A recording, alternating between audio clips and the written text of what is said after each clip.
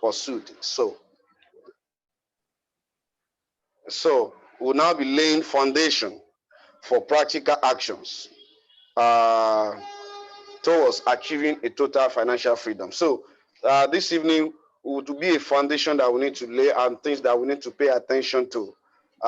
These things are things that we might have known, we might have had before, but we need to remind ourselves and to spur us into more action. I won't waste much of our time because I know people are very busy. So we are looking at financial freedom, and to define financial freedom in a very concise manner, we look at the situation when someone is in total control of his life's choices because he is in control of his finances. So if you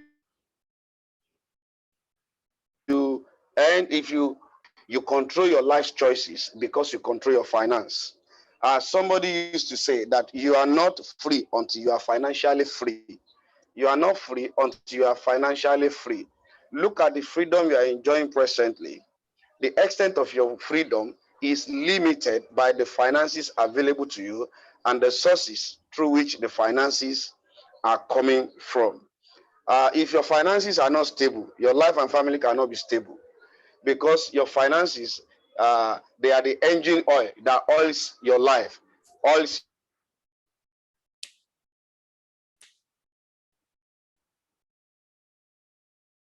your decision, your passion, your it's I'm talking from what I've seen and people that I've interacted with and what I've seen practically.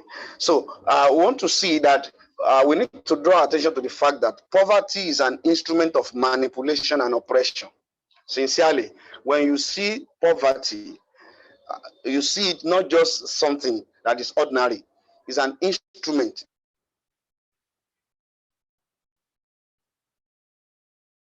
that certain people use. Keep somebody poor and you keep controlling him. Keep somebody poor and keep controlling him. And it's not surprising what we are seeing in these some of African countries that the poor people are being impoverished more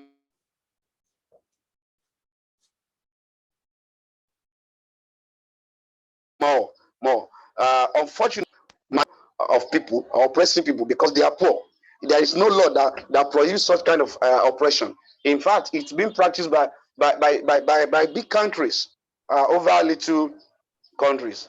That's the reason why people can collect as low as 2,000 naira or 2 derica of rice just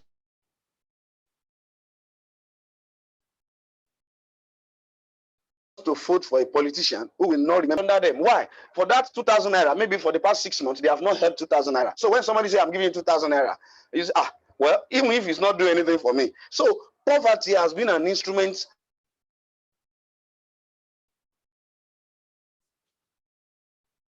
of oppression over their life and their decisions. But the poorer people have, the more control they lose.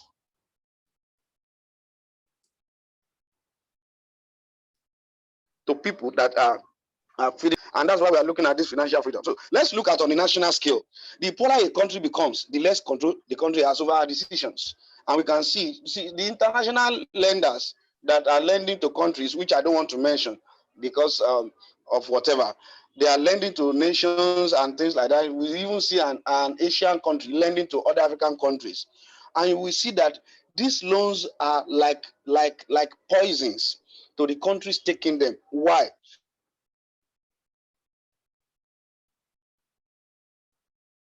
Because the conditions, countries' economic policies. For one of African countries wanted to borrow a loan some time ago, and one of the international lenders said, "Yeah, you need to deregulate, to devaluate your currency as a precondition to giving further loans." It means that if you want to borrow from us, you need to dance to our tune. So as it happens on a national scale, so it happens on an individual scale. Poverty is an instrument of oppression. Now there's a term they call neocolonialism, which means that you use economic policies or political policies to subjugate a country's interest, to rule over a country. We see one of the African countries, Zambia precisely, selling to the hand of China because they have given them loan. They have lost control. They said that you have even defaulted on this loan. Because you have defaulted, you need to pay this loan. If you don't pay, we'll stop work, we stop further loans. And for you to get further loans, please, you need to give us access to your mines. So those are the things that are happening on the national scale. As it happens to a country, so also it happens to individuals. But on that individual scale, sometimes we are not paying attention to it. And that's one of the things we want to draw our attention to. The poorer a man becomes, the less control he has over his life. So let's look at one critical economic concept that stresses this, and that concept is capitalism. Capitalism is an economic concept which we use to stress this issue of control. What is capitalism? Briefly, capitalism is an economic system based on the private ownership of means of production and the operation for profit. It means that it's a system of economy where control of factors of production is left in the hand of individuals and private companies. What does that mean? It means that as an individual, you can wake up one day and say, this is what I want to be producing. I want to be producing pure water. This is the price I want to sell. This is how I want to produce. This is my color. This is my whatever. So the decision is in your hand. So that's a capitalist economy. You can wake up one day and say, I want to start a poultry production farm. I want to do this. I want to go into selling clothes. I want to go into importation. Anything legal that you can do. That's capitalism. You can say, okay, I want to start a multi-billion dollar business. You can say, well, I want to start frying corn by the roadside. That's purely capitalism. You decide what you want to do, how you want to do it, and when you want to do it. But the problem in capitalism is that there is a problem, which is it gives inequality. There is inequality in capitalism. What do we mean by inequality? It says that there are some people, the rich will get richer and the poor will get poorer. The wealth is not evenly distributed, and those that are richer, they take control of the poor because they are richer than them. We see that inequality comes to play because we are not equally gifted, and our efforts and our leverages are not the same. The effort I put into what I do and the leverages that I have, other people may not have it. The leverages that other people have, I may not have it. And that will be a differentiating factor. So capitalism allows some people to be extremely rich, while others are extremely poor. Most of the countries of the world are practicing capitalism. It's in contrast to communism. Communism have been practiced in some countries. Is a situation where government or community controls the means of production. Each person contributes according to their abilities and are provided for according to their needs. So it's the government, it's the community that provide for their needs. But in capitalism, money does not answer to your needs. It answers to your skills, efforts, and leverage. And that's one of the beauty of capitalism. And that is why many people are taking advantage of it. It does not answer to your need. In communism, resources that you need, they answer to your need because government is taking care of everybody. But in capitalism, no, it does not. So what do we need to do is that we need to let this concept sink into us, that money does not answer to my need. Money does not answer to need. Money only answer to skill, efforts, and leverage. Your skill, your efforts, and leverage. Those are the three things. If you say, oh, somebody is the richest in Africa, somebody is the richest in this place, look at those three things. You will see the combination of the skill, the effort, and the leverage. And that leverage is a very important factor that we cannot overlook. Let's look at the example of inequalities that is created by capitalism. Oxfam, they published a report on 16th of May 2017, and the title read Inequality in Nigeria. They said wealth of 5 richest men in Nigeria could end extreme poverty in the country. The wealth of 5 richest men in Nigeria could end poverty in the country. Now, has it ended the poverty? No. Will it? No, it will not. Why won't it? It's because the capitalism does not allow that the government will take from the rich and give to the poor. It will not happen. If we pray it from today to tomorrow, it will not happen. The report finds that Nigerian richest man earns 8,000 times more in one day than a poor Nigerian will spend in for a year. That is the inequality of capitalism. More than 112 million people are living in poverty in Nigeria. Yet, the country's richest man will have to spend $1 million a day for 42 years to exhaust his fortune. So, what are we talking about? Inequality gives control to individuals. The control of financial resources or whatever means of production, cost of production, it gives it to individuals. And those individuals, now the more they have, the more control they now have over the people around them. There's another report that says that according to NDIC, Nigeria Deposit Insurance Corporation, in 2015, the report says that 2% of Nigeria population owns 90% of bank deposits. That is 17.2 trillion naira. The total deposits in Nigerian banks at that time was estimated at 17.2 trillion naira. And 90% of it was owned by 2% of Nigerians. So the remaining 10% is owned by 98%.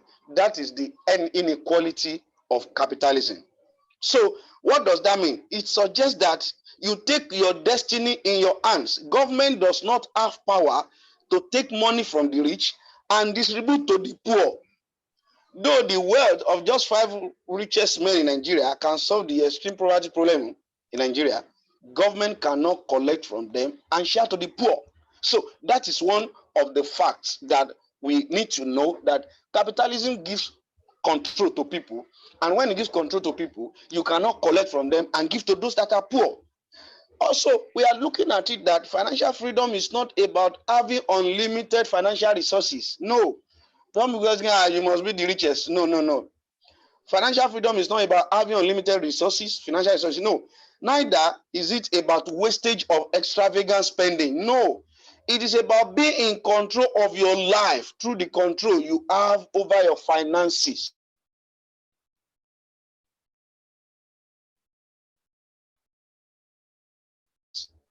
Being in control, being more detail when session.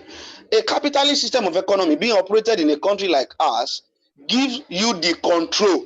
So it is left to you whether you will exercise on your behalf. Everyone who is under a capitalist system of economy being present in their country, they have the control to exercise over their own economy and finances. However, if you don't exercise that control, it does not stay in a vacuum. That control will be exercised by someone in your behalf. Someone you may know, someone you may not know, will exercise that control on your behalf. Now, due to the private control allowed in the capitalist economy, smart minds make a slave of other people to enrich themselves legally and rapidly. That's what I'm saying. If you don't exercise the control, somebody will exercise it on your behalf to enrich himself while he is enslaving you. Let's look at practical examples. When there was an introduction of GSM in Nigeria, the companies were selling phone and SIM card at 50,000. I think SIM card at 50,000 naira. The question I was asking myself that time as an accountant was that, is it the cost of production of that SIM that makes it as high as 50,000? It is not the cost of production. No, it is because some people must be enslaved. So for other people to be rich, that is the power of capitalism. You can decide to start a business and charge any amount you want to charge, as long as people can buy it. As long as government is not subsidizing your cost of production, government cannot decide how much you sell the product. So that is one of what we see in the control that capitalism gives to people that take advantage of it over the people that have given the control to somebody they don't know to exercise on their behalf. Another practical example is looking at labor. Looking at labor.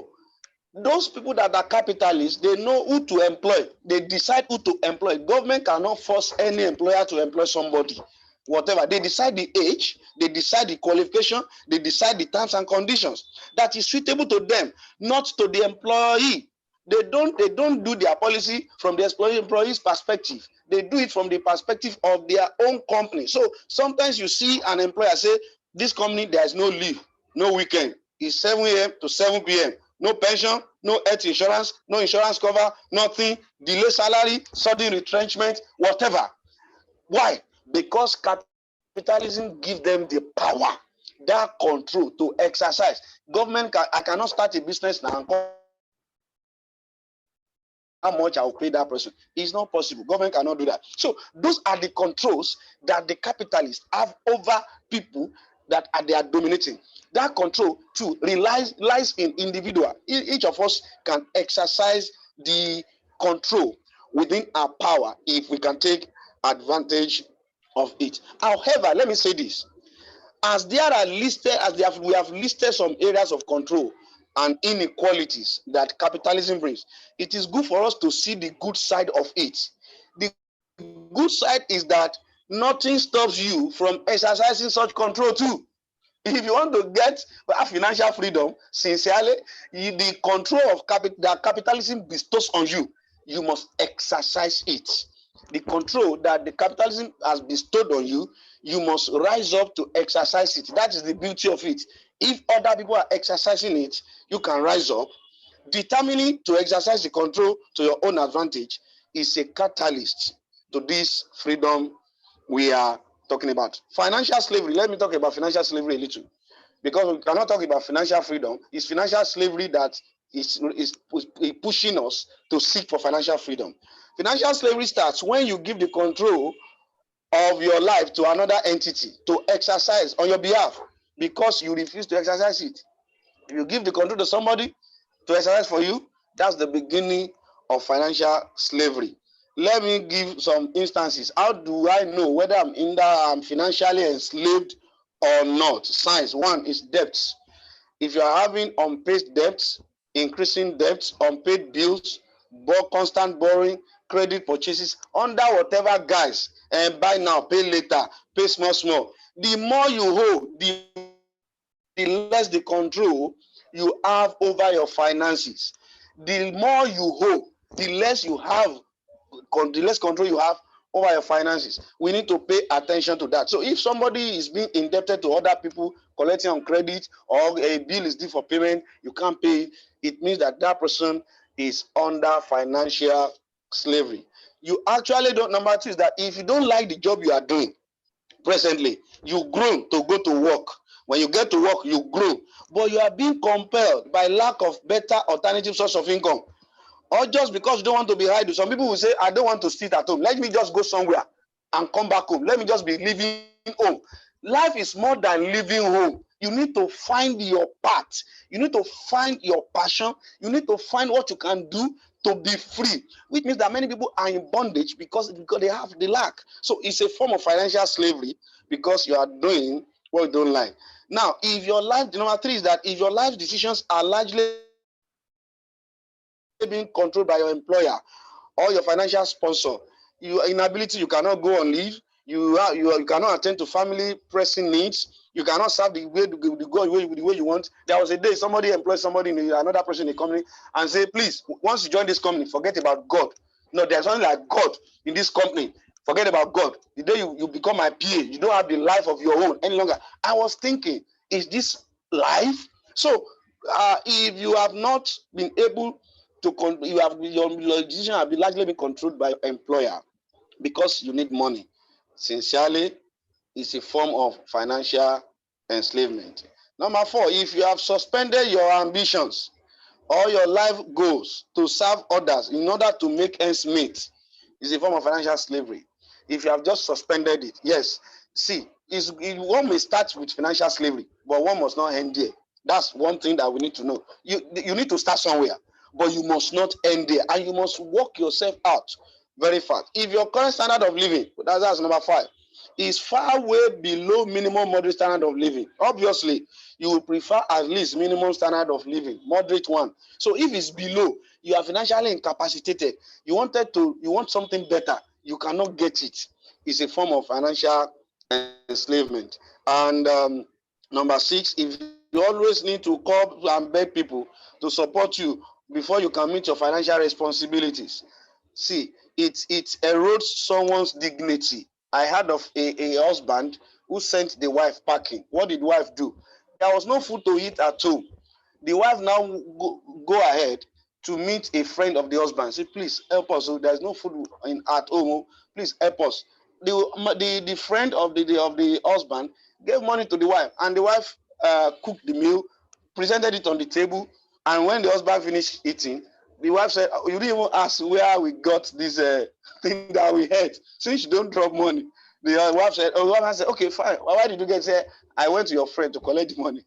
The husband sent the wife packing. It erodes one's dignity. When you continually depend on people borrowing, it's a measure of financial slavery. When money is your master, when you need it, it drives you to do things against your wish, or the lack of faith denies you of achieving laudable goals. It's financial slavery. If worries have become part of one's life and you're unable to meet your financial obligations, worries is a form of financial slavery. So, what are the things that we need to pay attention to? Because our time is fast spent now, let me just give us a few things. Number one is awareness. If you are not aware that you are financially enslaved, you will not even plan to get out. So that awareness is one of the things we are starting to deal with today. We must be aware of our current financial levels.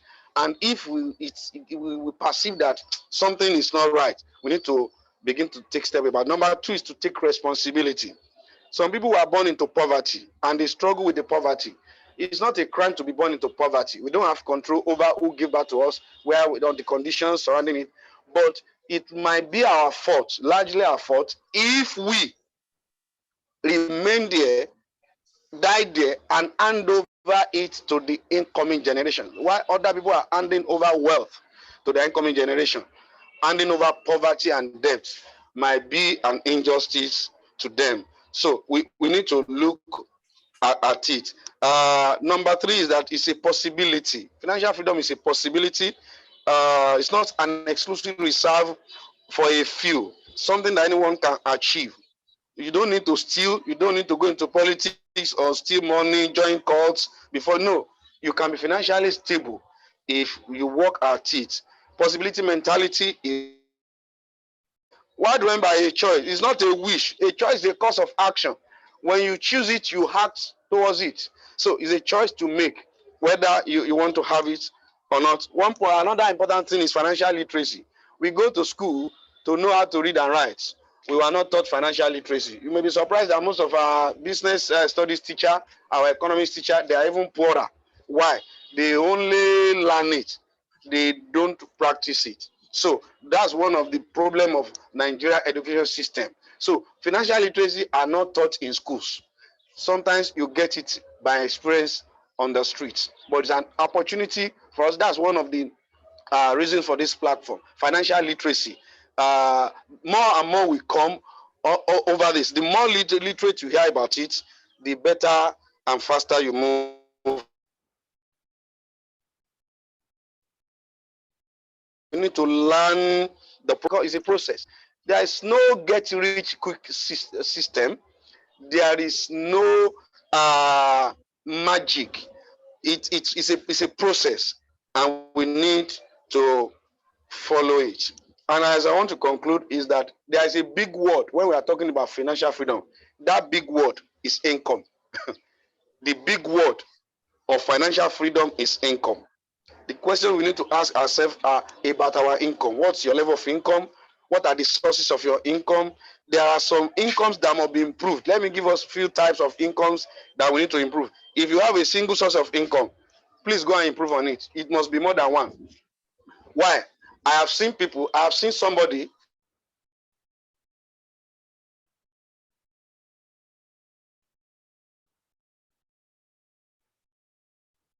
who said that stock market, and he was so rich. He had 5 ATMs. Each ATM is 2.5 million naira in it. So that's the money for just I want to spend. He worth billions that time. But when the market crashed, he crashed with the market. The real estate boom that time, many people died when it crashed. that time in Nigeria too. Many people died with it. Why? Single source of income. It's not the best. So those are the income level of income that must be improved, no matter how much. During COVID-19, many people suffered setback because they have just singular source of income, like hotels, events manager, and things like that. They felt their heat because it was single. So we must not, because it's a boom and crash. So it can boom. As it booms, it can crash. So if it's booming today, it might crash tomorrow. So it must be more than one. Another level of income that must be improved is fixed income. To have a fixed income in an economy with ever increasing expenses is a sure roadmap to financial retrogression. Nobody prays for reduced expense. Even if we are praying for it, it means that you want to be responsible, because things are getting more expensive. The more you grow, the more your children grow, your family grows, the more expenses you have. So if you don't have a fixed income in an increasing expenses, it means that there will be a retrogression. So we need to improve on our fixed income. Dwindling income, you do the trend analysis over 1 year, your income has been dwindling. Maybe because in your place of work they say we are cutting costs, or they say that because there is no this, there's no this, or maybe in your business there is reduction in sales is dropping, your patronage is getting lower, your income is dwindling. We need to improve on that. Uncertain income, you can't predict whether it will come or not, how much it is. Please, you need to work on it. Very, very important. Uncertain income is not good for one's life. Unsustainable income, these are kind of incomes that they can only come for a short time. People like MMM, some people they got their payout, some people they did not get. Fraudsters, those that do people, that's from friends and families. It cannot last long. Then sweat income. Sweat income is an income that you need to work for. You need to sweat to get it. What of the day you cannot sweat again? What will you eat? That's a big question. So when you have a stock,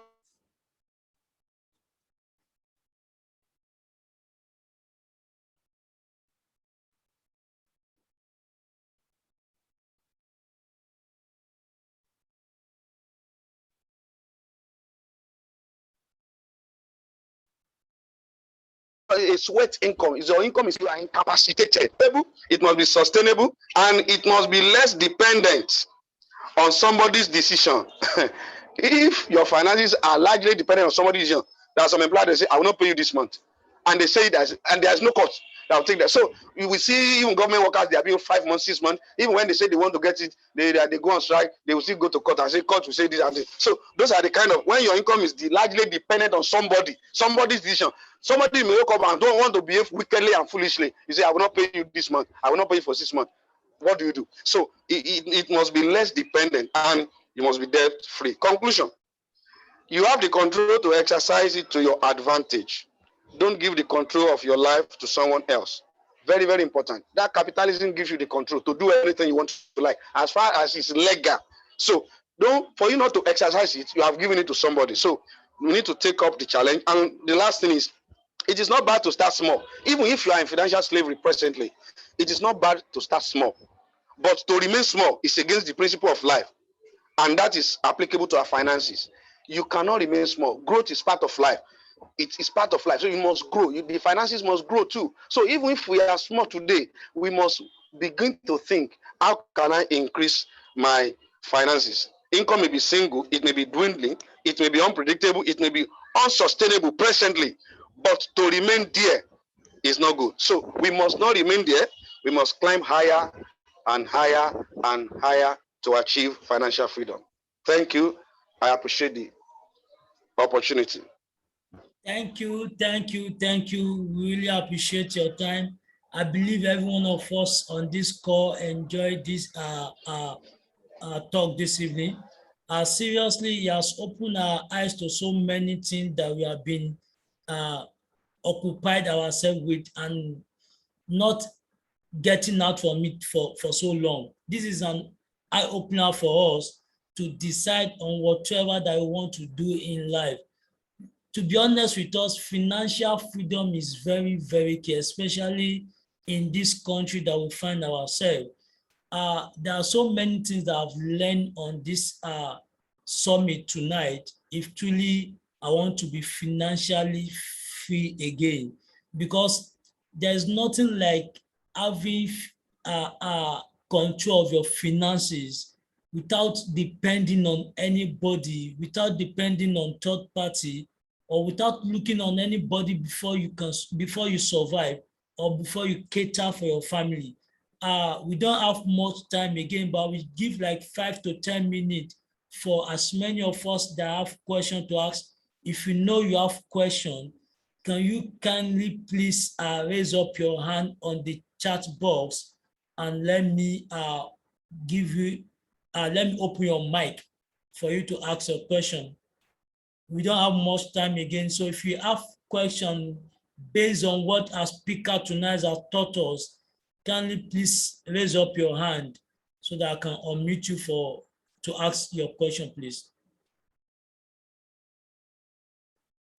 I'm still waiting for us.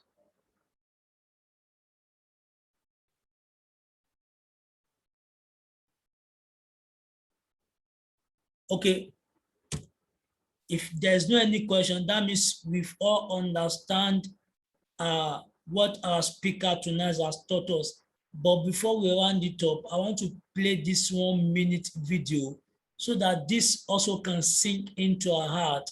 See, whether we like it or not, Bible also said it. Money answered all things. If you are not financially free, you are a slavery to the lender. Let me put it that way. And like I told us, today is just a beginning. There are other speaker that is going to take us through for the 4 days of this summit. This is just an eye-opener for us today. And for little of us that is on this call, I so much believe that you have gained 1 or 2 things. So let me quickly play this video for us and hear what you need to do if truly you want to be financially free.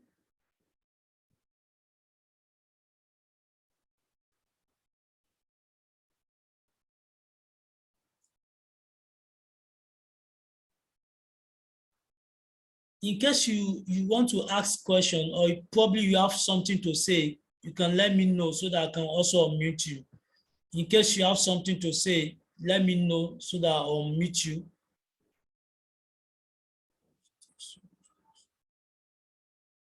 Just a few minutes, please.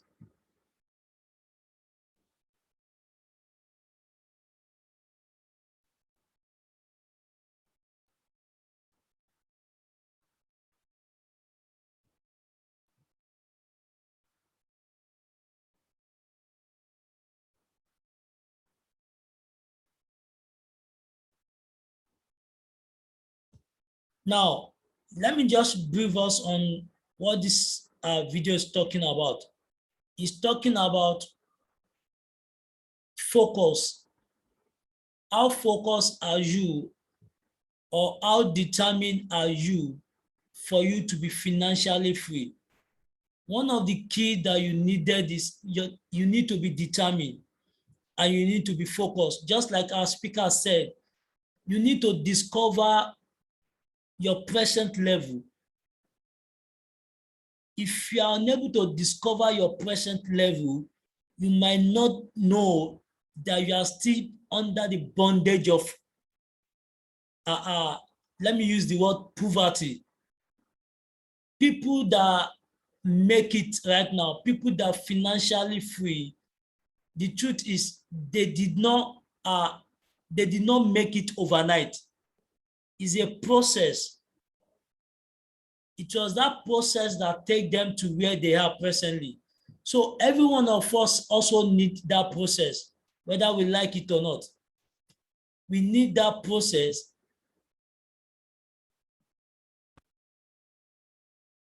Okay, I'm going to play the video right now. So let's listen to it. And after this, we will run In the game of life, one important thing can increase your chance of success. Confidence. Confidence is the game changer. Confidence! Where do I find that, Jose? First rule, you need a goal. I don't play soccer. Nice caller. Did you hear that? Confidence. If you don't have confidence on what you want to do or what you want to venture into, you might not be able to make it. And from you having a confidence, you need to set up a goal. Right? But not that kind of goal. What do you want from life? Happiness. I'm asking us the same question. What do you want from life? Do you want to continue the same routine, or you want to break out from where you are and fulfill that futures that you want to fulfill? Success. Checkmate. Less worries. Next, you need a strategy. I gotcha. For every financial breakthrough, there is a strategy. It was this same strategy that I used to make me where I am today. Fine, I might not be where I wanted to be, but the process is already online. So you need to set up a strategy for yourself. Without strategy, there is no goal. Like a game plan. Exactly. Put in the work and stick to it. Nothing pays better. Trust me. No. Then you need to be patient. How patient? Patient. When we are talking about patient, Rome does not build in a day. A lot of people are looking for quick, as in they want to make it overnight. But patience is very key in the journey of life. You need to be patient in whatever that you are doing, be you are an investor, be you want to start a business, be you want to run a company for yourself. You need patience to achieve your final destination. More patient, success cannot be hurried. And most important of all, you need the right team behind you. Do all these things, and you will have the financial confidence to achieve. For you to achieve your financial confidence, you need the right team behind you. What does this mean? You need right company to deal with. You need right people to talk to. You need right investment company to venture into. There are a lot of people in this company, in this country, even outside the country, they gave you promising that cannot be fulfilled.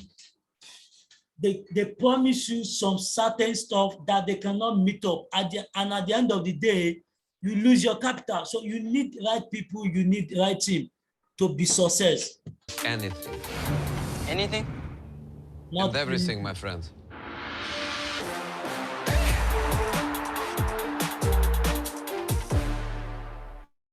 So thank you very much. We have people from different country. Can you please chat right on the chat where you are watching us from, as you're about to round up, since we don't have any question? So kindly put on the chat. I will drop a WhatsApp number that you can reach out to in case you want to link up with our speaker for tonight. And this summit continues tomorrow. We'll be having another speaker with us around 12 noon Nigerian time. The link is still the same link. You can join us around 12 noon Nigerian time. And if you know you want to invite people from your end, you can send them the same link to join us. See, it's going to get better. I bet you to that. What you saw tonight is just a tip on an iceberg. You're going to see more of it tomorrow. The person I'm bringing in tomorrow is a young fellow, even younger than I do. But when he shares his experience with you, you know that it's good to be financially free. So just put on the chat, or I will drop the WhatsApp number now. So in case you want to reach out with us or the speaker, you can link with us through that WhatsApp number.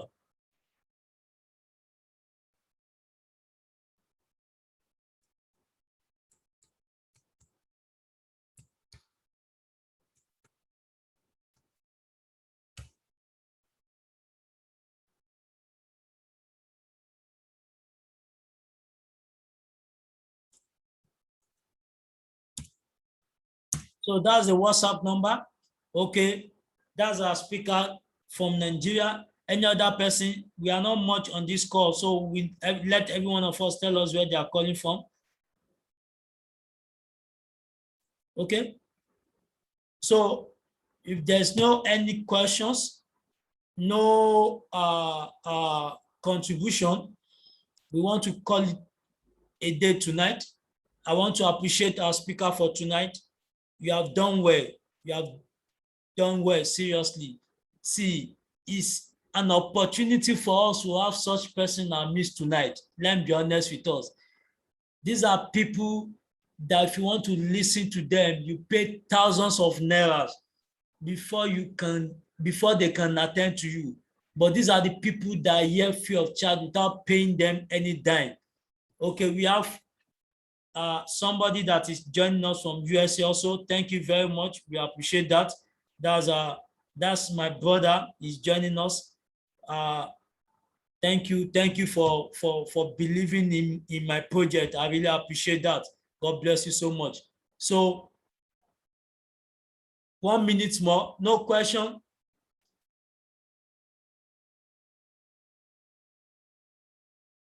Okay. Thank you very much. We'll meet again tomorrow by 12 p.m. Nigerian time. We look forward to see you. Thank you for attending this business summit. God bless you. We are going to explain financial breakthrough, whether the devil like it or not. Have a wonderful night. Have a wonderful evening forever you are joining us. Take care. Take care of yourself. Take care of your family. Bye-bye. Thank you. Thank you so much.